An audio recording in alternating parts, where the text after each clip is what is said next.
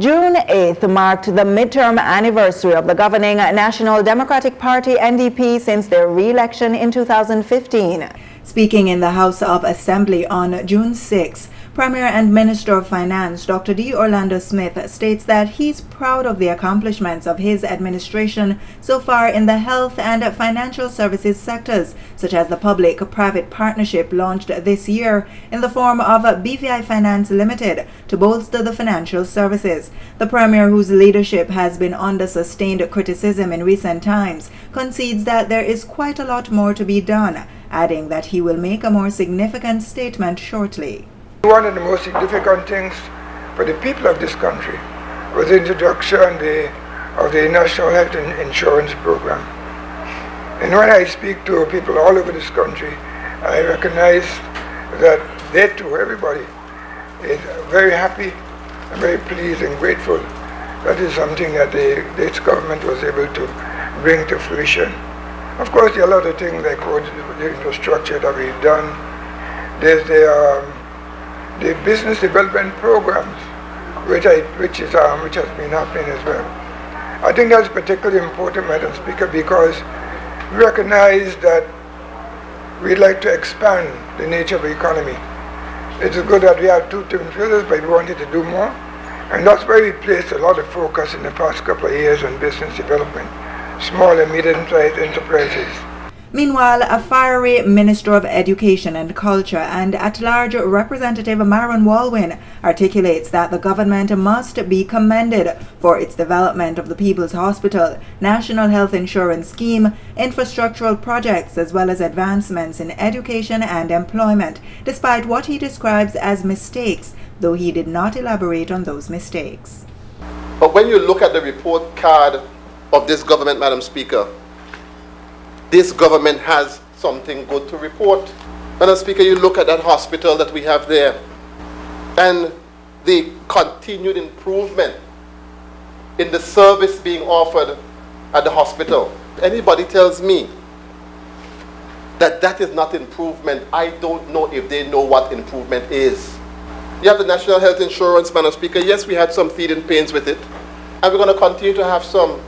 How many times now that same piece of land for the hospital got cut down, grow back up, cut down, grow back up, ground breaking, ground break up again, ground come back again, it break again.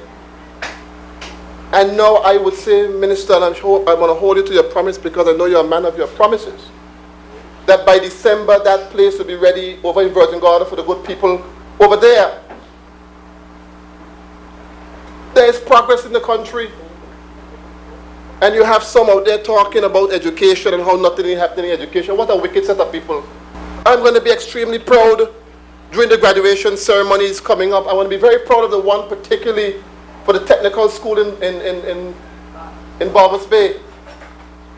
When we came into office, Madam Speaker, that place was a dumping ground for students who we think we couldn't teach. And we were able to turn that school into something. And so we'll be having our job fair on the 17th of June.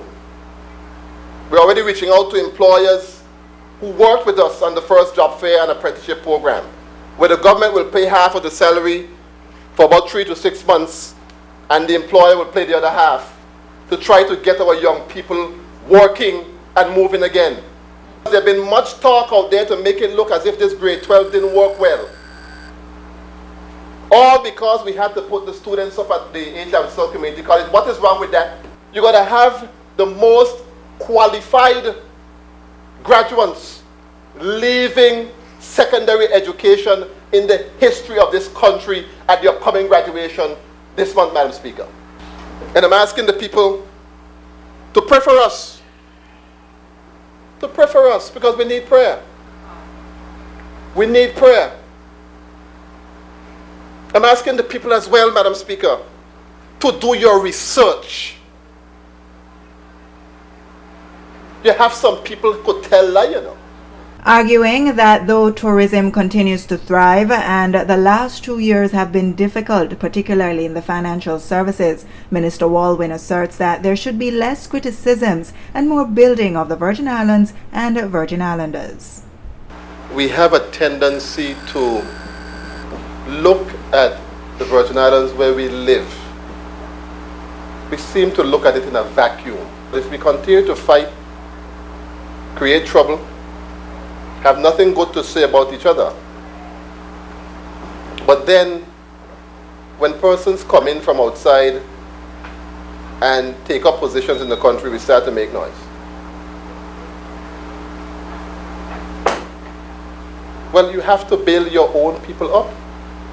And part of building your own people up is not just education, but each of us lifting up each other and building up each other. And that's a part of the problem you have.